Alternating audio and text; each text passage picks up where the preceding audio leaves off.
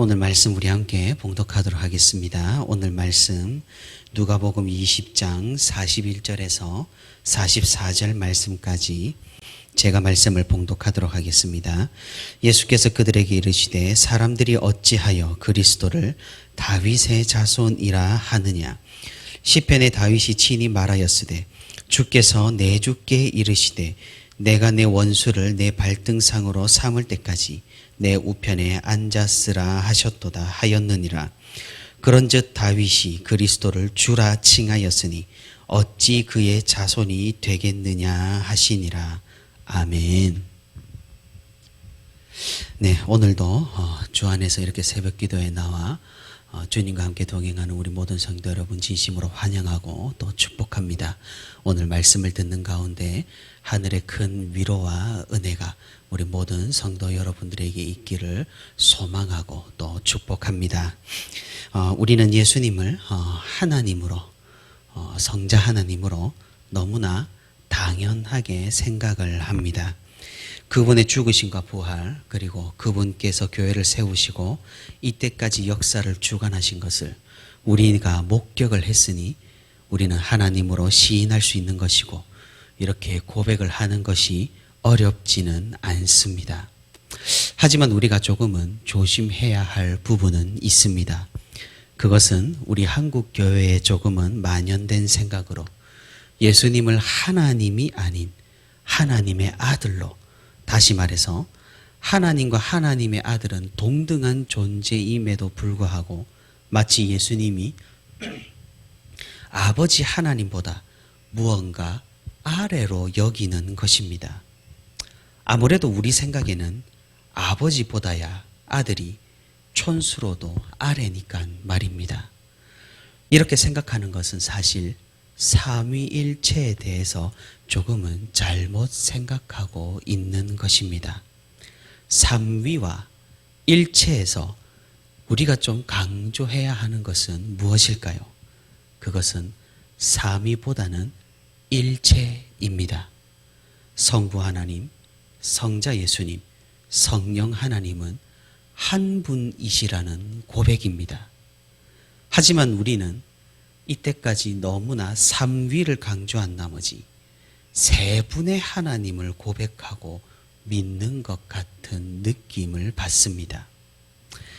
우리가 왜 예수님과 성령님을 무언가 하나 아래로 보게 되는 것일까요?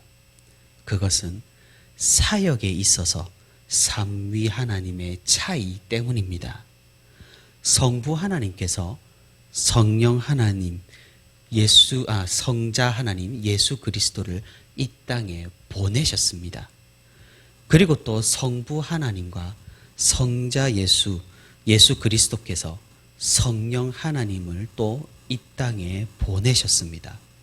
다시 말해서 파송하는 것과 파송을 받는 것에 권위의 차이가 있다고 여기는 것입니다. 그래서 파송을 하는 사람은 무언가 권위가 더 높은 사람이고 이 땅으로 파송을 받는 사람은 파송하는 자보다 조금은 권위가 떨어진다는 그런 생각을 우리가 은연중에 가지기가 쉽다는 것입니다. 하지만 이런 것들은 단순히 사역의 구분이지 권위의 차이가 아니라는 사실입니다. 예수 그리스도께서 성부 하나님께 파송을 받았다고 하더라도 그분은 여전히 하나님과 동일하다라는 사실입니다. 천지를 창조하시고 우리를 지으시고 이 땅을 운행하시고 우리를 구원하시는 그 여호와 하나님이시라는 사실입니다. 그 여호와 하나님께서 우리와 직접 대면하시기 위해 이 땅에 현현하신 방식, 현현하신 형식이 바로 성자 하나님인 것입니다. 우리가 이런 오해와 혼란을 극복한다면 예수님을 하나님으로 고백하는 것은 어렵지 않을 겁니다.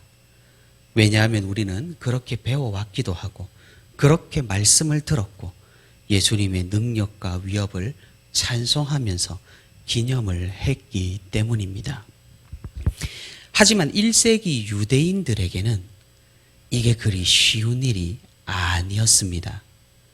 지금 눈앞에 서 있는 한 인간이 하나님이라니 사실 받아들이기 너무나 힘들었을 것 같습니다.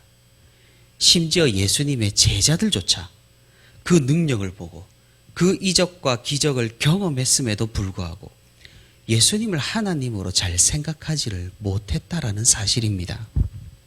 나중에서야 예수님의 부활을 경험하고 예수님께서 하신 말씀들을 깨닫고 나서야 이 땅에 오신 하나님으로 그제서야 고백을 할 수 있었던 것입니다. 그 이전에는 예수님을 엘리야, 모세, 위대한 선지자 그쯤 하나로 여겼습니다. 제자들도 그러했을진데 예루살렘 성전에 유대 지도자들에게는 어떠했겠습니까?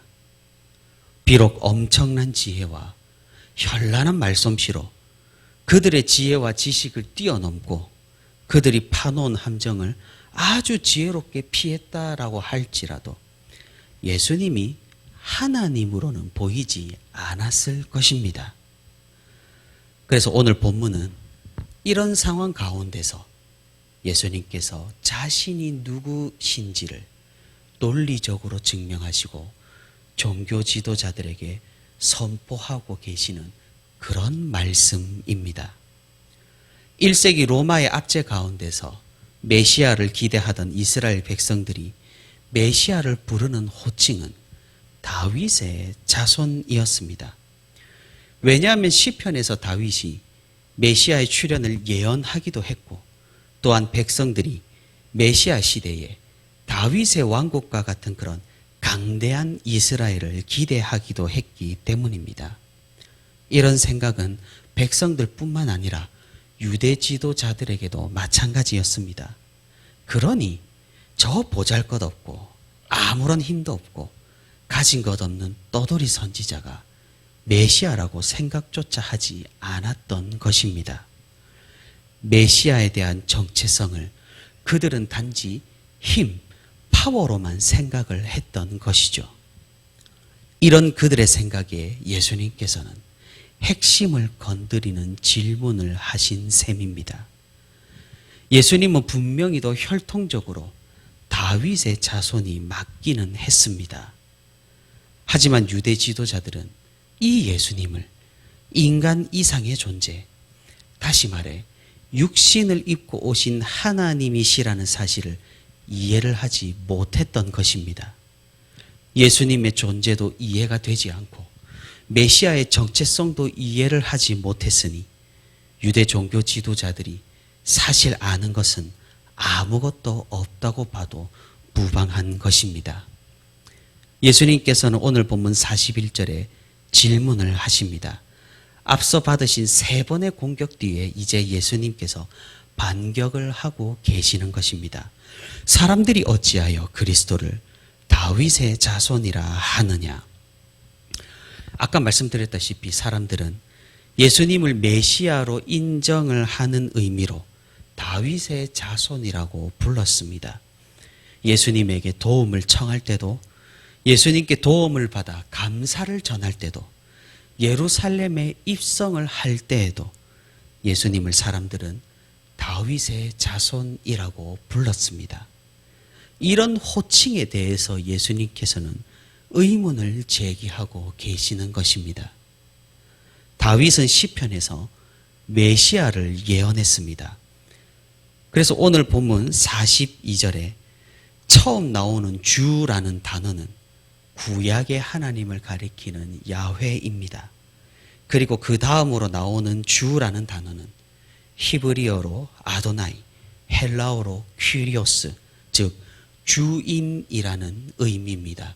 우리가 주님이라고 부를 때 나오는 그 의미입니다. 다시 말해, 다시 한번 번역을 해보자면 하나님께서 나의 주인께 이르시되라고 번역을 해볼 수가 있겠습니다. 무슨 말씀입니까?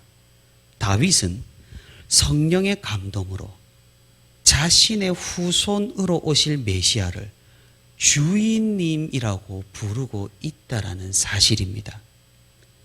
사실 근데 이게 가능하지 않는 것이죠. 왜냐하면 자신은 조상으로서 이미 죽어서 없는데 장차 태어날 후손인 사람이 주인이 될 수는 없기 때문입니다. 하지만 다윗은 이미 알고 있었던 것입니다. 무엇을 말입니까?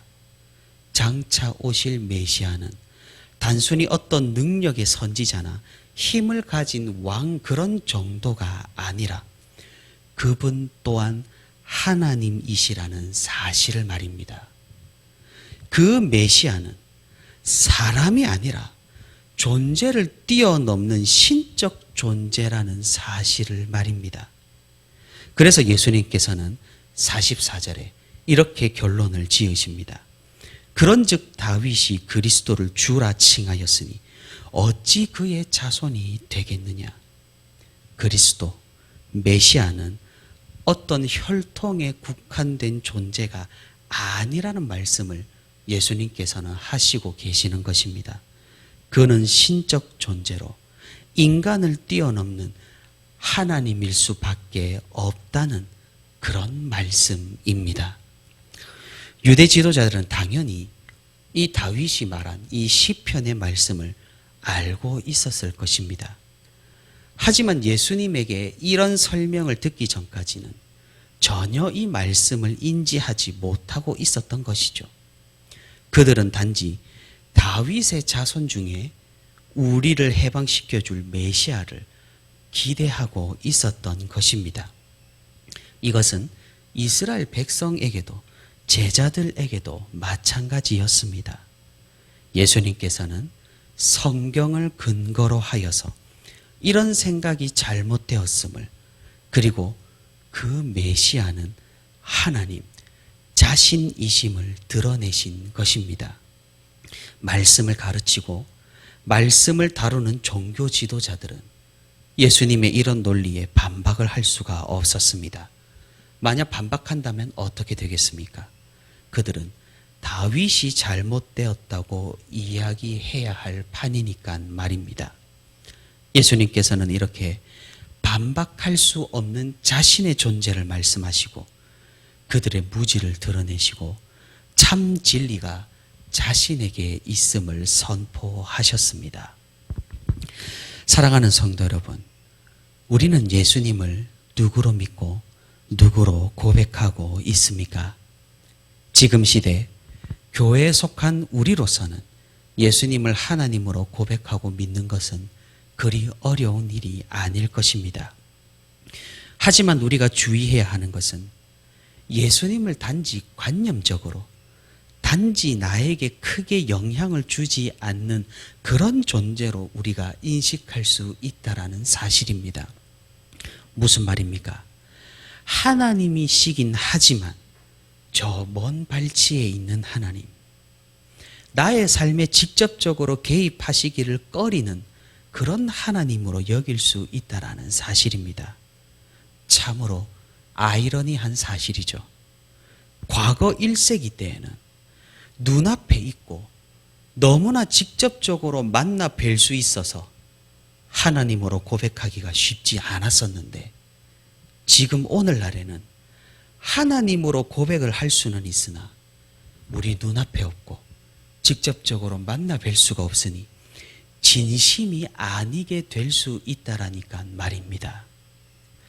사랑하는 성도 여러분, 우리가 진정으로 예수님을 하나님으로 고백하고 그 예수님이 여전히 우리와 함께 계시고 그 예수님께서 지금도 우리를 위해 사역하고 계시다라는 사실을 우리가 믿고 고백하고 기억하기를 바랍니다. 주님의 메시아 되심, 예수님의 그리스도 되심은 단순히 말로서만 고백하는 것이 아니라 우리의 마음과 우리의 믿음과 우리의 실천으로 고백하여서 우리 주님을 높여드리고 주님을 찬양하는 우리 모두가 되기를 바랍니다. 우리가 그리한다면 주님께서는 우리를 기쁘게 여기시고 우리를 믿음 가운데로 불러주실 것이며 우리를 바른 길로 인도해 주실 것입니다. 그런 주님을 오늘도 기대하며 오늘도 주 안에서 그분과 함께 동행하는 저와 우리 부천시민교회 모든 성도가 되기를 소망합니다.